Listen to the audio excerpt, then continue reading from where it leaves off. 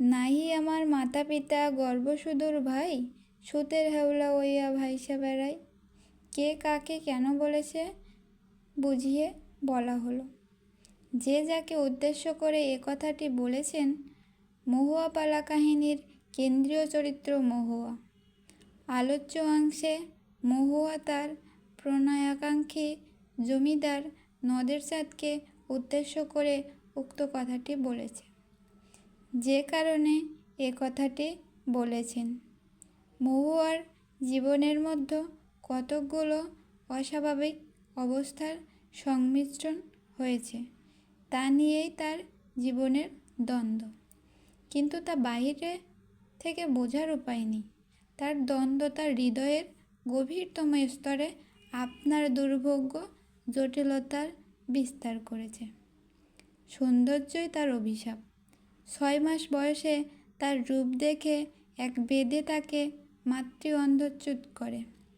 সে ব্রাহ্মণ গৃহস্থের কন্যা হয়েও যাযাবর দলের সঙ্গিনী হয়। বিভিন্ন দেশে ঘুরে ঘুরে মানুষকে আনন্দ দেওয়াই এই বাইদ্যার দলের কাজ।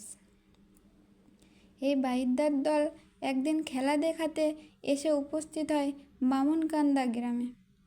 সেই গ্রামের জমিদার সুদর্শন সুপুরুষ নদের চাঁদ। খেলা দেখাতে গিয়েই নদের চাঁদের নজরে পড়ে মহুয়া সুন্দরী। এই নদের চাঁদ মহুয়ার রূপে মুগ্ধ হয়ে তার প্রেমে পড়ে যায়। একদিন খেলা দেখিয়ে ঘরে ফেরার সময় মহুয়ার সাথে নদের সাক্ষাৎ হয়। নদের চাঁদ মহুয়াকে পুকুর পাড়ে সন্ধ্যার সময় তার সাথে দেখা করার প্রস্তাব দেয়। পরদিন পুকুর ঘাটে মহুয়া ও নদের চাঁদের দেখা হয়।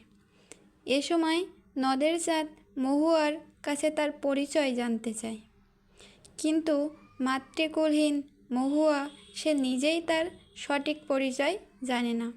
সে বাইদার দলের সাথে সে তার জীবন নির্বাহ করেছে, সেখানে তার কোনো সহোদর নেই।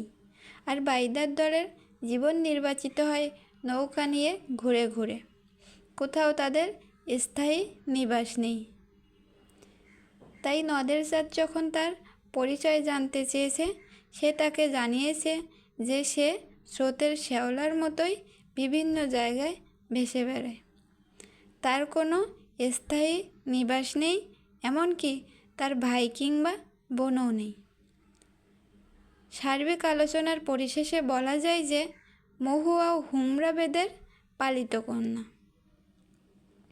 আর আপনজন বলে এই ত্রিভুবনে তার কেউ নেই। তাই মহুয়া নদের চাঁদের কাছে আক্ষেপ প্রকাশ করে আলোচ্য উক্তিটি করেছে।